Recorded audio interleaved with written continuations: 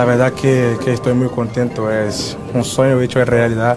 He salido de un sitio muy pobre desde Brasil, poder llegar hasta aquí es algo que era improbable, pero no imposible. Y estoy aquí hoy para todos los niños que sueñan con cosas grandes que si ellos pueden llegar hasta aquí, y que voy a seguir mi lucha para que cada vez más podemos hacer grandes cosas para el fútbol. Un honor, agradecer obviamente a la FIFA, agradecer a su presidente, a todos los que me han votado.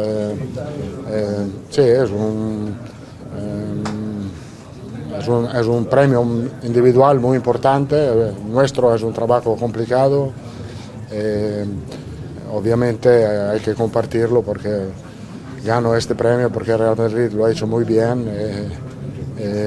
Hemos hecho una temporada espectacular en este sentido y por esto creo que el premio tengo que compartirlo con todos.